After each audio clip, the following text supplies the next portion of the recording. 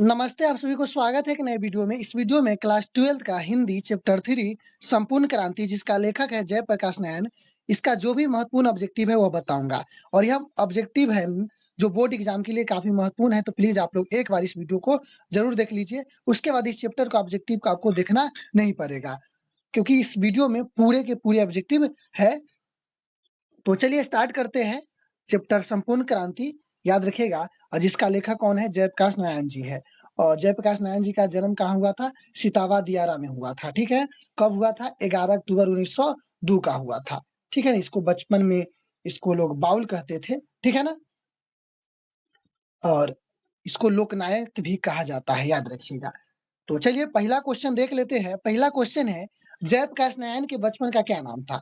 अगर आपको इस चैप्टर का ऑब्जेक्टिव याद भी है तो एक बार रिवीजन की तरह देख लीजिए, ताकि आपको पता चले कि कितना सही है और कितना गलत है। तो इसका याद रखिएगा, बचपन के नाम बाउल है। ठीक है। क्वेश्चन नंबर 2 है, दल बहीन लोकतंत्र किसके मूल उद्देश्य में है? दल बहीन लोकतंत्र किसके मूल उद्देश्य में है?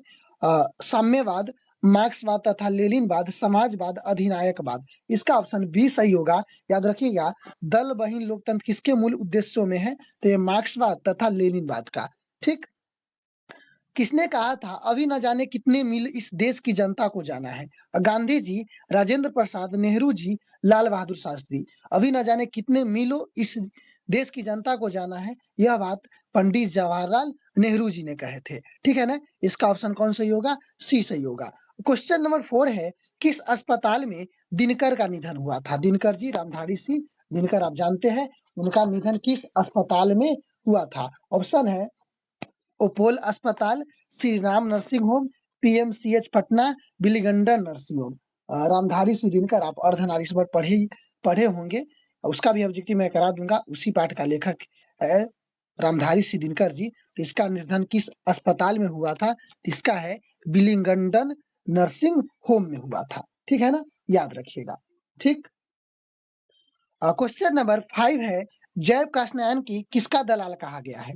जयप्रकाश नारायण जी को किसको दलाल कहा गया है? याद रखिएगा, ऑप्शन है रूस, Britain, Japan, America.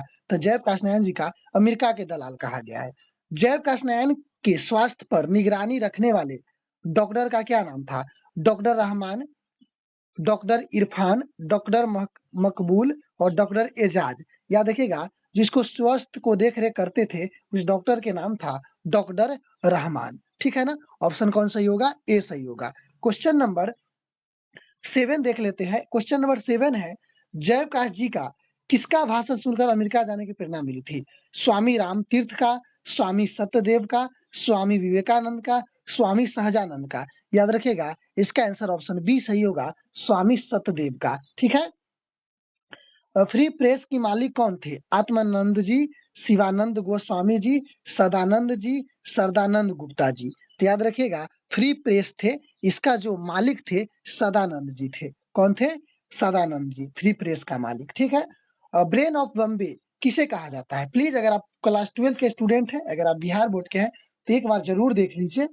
Brain of Bombay किसे कहा जाता है? उमा शंकर दीक्षित को, शीला दीक्षित को, सुरेंद्र दीक्षित को, हर हृदय नारायण दीक्षित को। तो ब्रेन ऑफ बॉम्बे, तो 9 का आंसर सही होगा, ब्रेन ऑफ बॉम्बे उमा शंकर दीक्षित को कहा जाता है।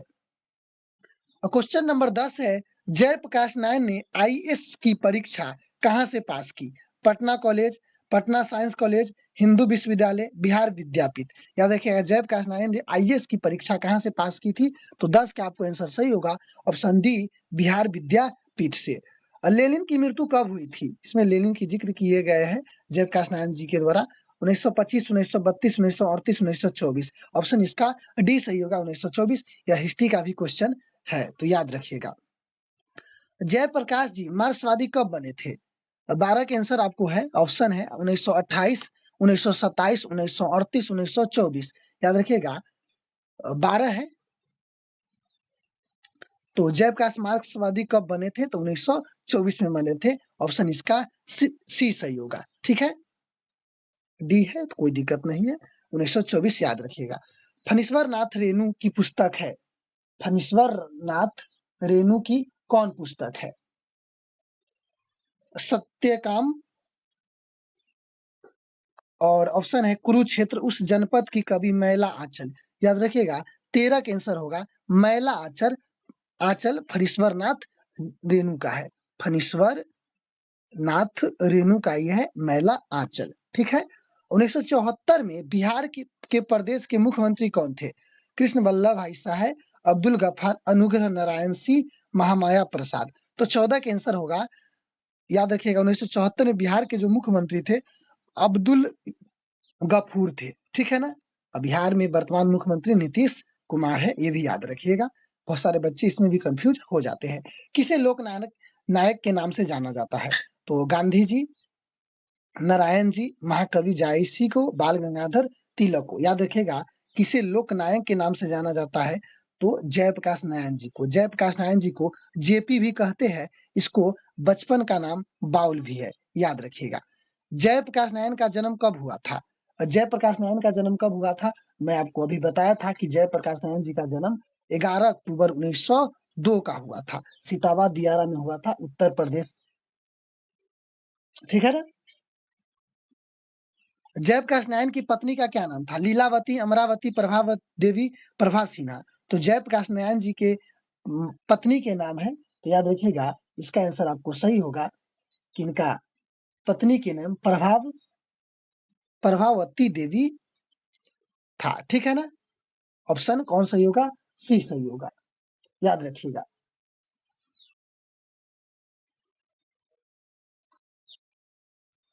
चलिए क्वेश्चन नंबर 18 देख लेते हैं। रिकंस्ट्रक्शन ऑफ इंडियन पॉलिटी किसकी रचना है? नेहरू जी के, राम मनोहर लोहिया जी के, मनमोहन मालवीय के, जयप्रकाश नारायण जी के। तो 18 के आपका ऑप्शन सही होगा। 18 के option number D, Jayaprakash Narayan ji के।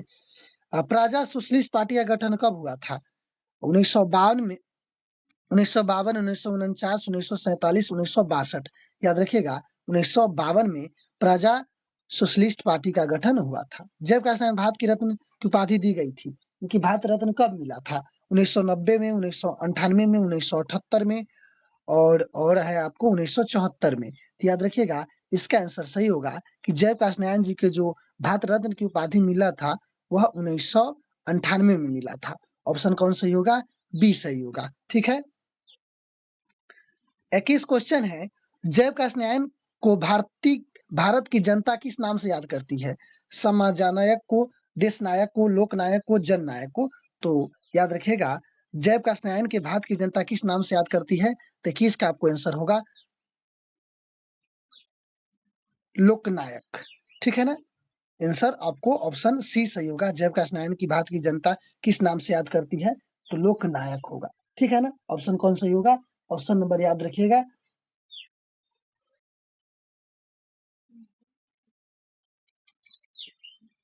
सी। जयप्रकाश नारायण ने संपूर्ण क्रांति वाले ऐतिहासिक भाषण कहाँ और कब दिया था? इलाहाबाद में 5 जून 1977 को, रांची में 5 जून 1975 को, जमशेदपुर में 5 जून 1973 को, पटना में 5 जून 1974 को।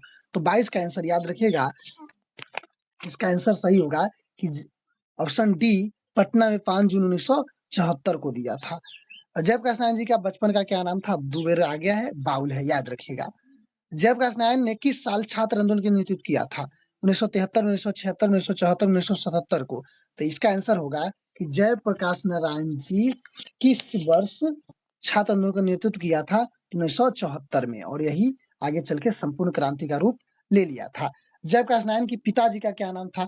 दीनदयाल, हर्षु दयाल, रामदयाल, सर्वेश दयाल। तो 25 का आंसर सही होगा, हर्षु दयाल इनका पिताजी के नाम था। ठीक है ना। पत्नी के नाम प्रभावती देवी, याद रखिएगा। ठीक है ना। और माता जी के नाम अगर पूछे तो फुलरानी देवी। ठीक।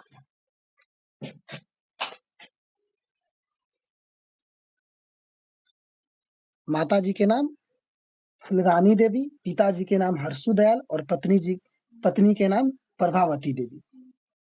संपूर्ण क्रांति क्या है? निबंध है, भाषण है, कहानी है, और इनमें से कोई नहीं। तो याद रखिएगा संपूर्ण क्रांति यह एक भाषण है। ठीक है ना। ऑप्शन बी सही होगा। संपूर्ण क्रांति किसकी रचना है? राम मनोहर लोहिया को, अंबेडकर जी के, कर्पूरी ठाकुर, जयप्रकाश नारायण जी। ऑप्शन डी सही होगा। संपूर्ण क्रांति पाठ में दिया गया भाषण किसका है? ये जयप्रकाश नारायण जी का है। ठीक है ना। ऑप्शन ए सही होगा। जयप्रकाश नारायण का जन्म कहाँ हुआ था? राघोपुर दियारा में, सीतावा दियारा में। कहाँ हुआ था? सितावा, दियारा में। 30 का आपको ऑप्शन कौन सही होगा? याद रखिएगा बी। 1974 में छात्र आंदोलन का नेतृत्व किसने किया था? जॉर्ज फर्नांडिस, देवीलाल कर्पूरी ठाकुर, जयप्रकाश नारायण जी। ऑप्शन इसका डी सही होगा। संपूर्ण क्रांति की शुरुआत कब हुई थी? तो 1974, 1975, 1976, 1977। तो संपूर्ण क्रांति की शुरुआत कब हुई थी? तो 32 का आपको आंसर सही होगा। याद रखिएगा इसकी शुरुआत 1974 में हुई थी। जयप्रकाश नारायण को समाज सेवा के लिए किस पुरस्कार से सम्मानित किया गया था? अर्जुन पुरस्कार, नोबेल पुरस्कार, मैग्सेस सम्मान, गांधी सम्मान। तो 33 का आपको आंसर सही होगा, मैग्सेस सम्मान। जयप्रकाश नारायण मद्रास में अपने किस मित्र के साथ रुके थे? गंगा बाबू, दिनकर जी, ईश्वर अय्यर, भगवान अय्यर। तो जयप्रकाश नारायण जी मद्रास में अपने किस मित्र के साथ रुके थे? इसका आंसर आपको सही होगा, ऑप्शन नंबर याद रखिएगा 34 का आपको ऑप्शन सही होगा, सी, ईश्वर अय्यर जी के साथ। ठीक है, किसके साथ रुके थे? ईश्वर अय्यर जी के साथ।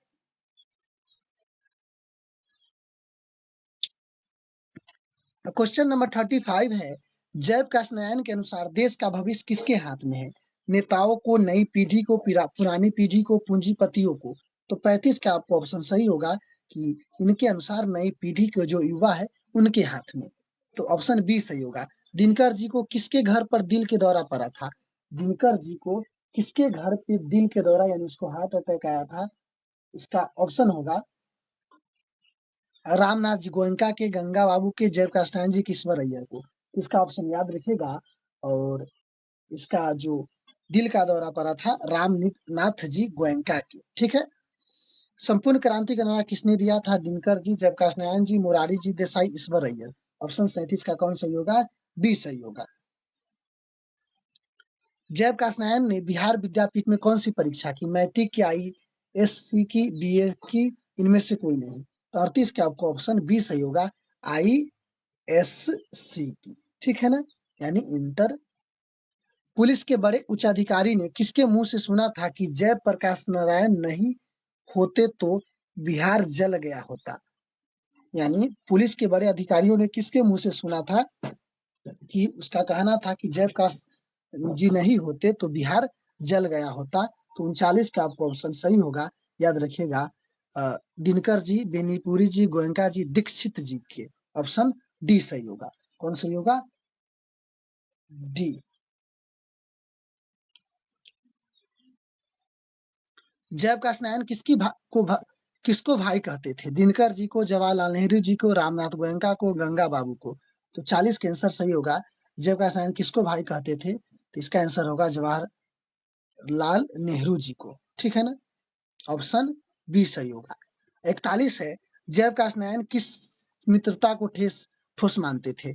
पुराने जमाने की, नए जमाने की, अंडरग्राउंड जमाने की, और ऑप्शन है इनमें से कोई नहीं। तो जयप्रकाश नारायण जी किस मित्रता को ठोस मानते थे? तो इसका आंसर होगा अंडरग्राउंड जमाने के। ऑप्शन सी सही होगा। तो यही 41 क्वेश्चन था और जो इस चैप्टर का सभी महत्वपूर्ण क्वेश्चन है। तो प्लीज अगर आपको यह क्वेश्चन अच्छा लगा तो आप कमेंट करके एक बार हमें जरूर बताइएगा। अगर हाँ, आप चैप्टर 1-2 का ऑब्जेक्टिव का वीडियो देखना चाहते हैं तो इस वीडियो के एंड स्क्रीन में आपको उस वीडियो को लिंक दिखाई देता होगा, जाकर आप देख सकते हैं। तो चलिए, तब तक के लिए आप सभी को जुड़ने के लिए बहुत बहुत धन्यवाद। जय हिंद, जय भारत।